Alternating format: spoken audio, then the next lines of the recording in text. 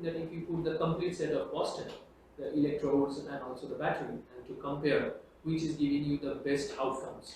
So I don't really think that there's going to be any outcome difference regardless of the manufacturer. There shouldn't be. There's no difference. The electrode is the same. It's the surgeon placing it in the territory in their brain and making sure that everything is perfectly done that is most important. The directionality is useful for suboptimal placement in the brain and for when a patient has some really difficult programming, but that is not ideal. And so if you look at, say, if a surgeon is qualified and can implant an electrode well, when we look at what does that device do for them? Abbott and Boston had limitations on their 3T imaging post DBS. Medtronic, you're able to image with 3T MRI post DBS. In Boston also they do. They have a 3D MRI with MICC. Not with your brain, not brain. You cannot get a post DBS MRI with Boston with 3T. You cannot. And you also can't have your DBS on during MRI. In Medtronic, you can have it on.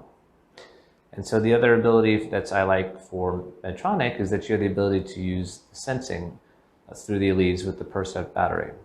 Well, Percept battery is not, Percept PC may not be available in India, but it is definitely available. It's available. Okay, great. Well, that is the only primary cell that is available in the United States.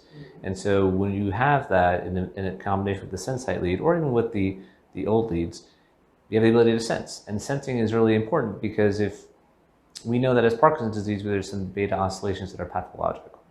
And so if we're looking at those beta oscillations, we have the ability to suppress them with stimulation. That's what causes clinical improvement, what we believe.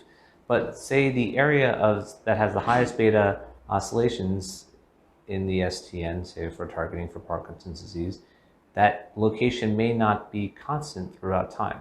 So say after surgery, we implant an electrode, right? And we're stimulating at contact 1, has the best improvement clinically, also has the best beta suppression. Say in a year, patient comes back, you do some sensing, and now contact 2 is really the one that causes the best beta suppression. And the patient's doing reasonably well, but there's always a combination of medication, stimulation, not really sure what the optimizing of the stimulation does for the patient. Well, if you switch to contact 2, say, maybe that patient could even have a better response than what they ever knew.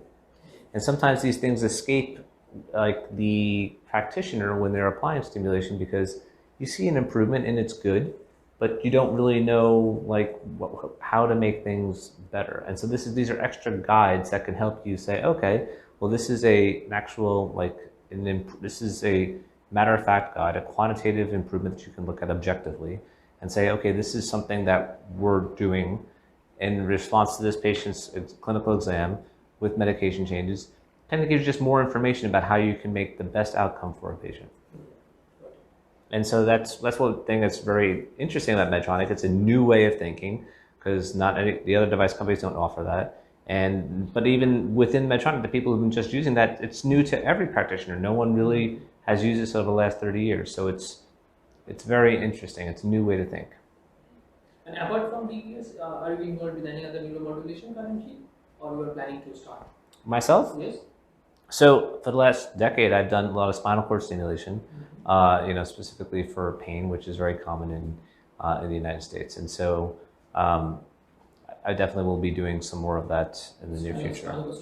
Spinal cord stimulation, that's right. And DBS for any other new the neurological or psychiatric disorder you're planning for to do start? So DBS for epilepsy has been approved for the last couple of years. It's also FDA approved for DBS for epilepsy. That's right, and so do DBS for epilepsy as well. So you started doing it? Well, we started that in Houston. Hope to continue that in New York. So the addiction will be the new one you're planning. Well, right, that's something that would be extremely exciting to do. In the United States, that would be. It has to be done under an FDA-approved clinical trial, so very select centers and under specific criteria could do that. And that's something that I would very much look forward to trying to see how that would work in here in India. Because here we are trying to get some at least trials on these addictions, and for DBS, it's not only the alcohol; it can be opioids or it can be alcohol, any addictions. they're trying to do it, but it has to be failed the treatment registers. Select criteria.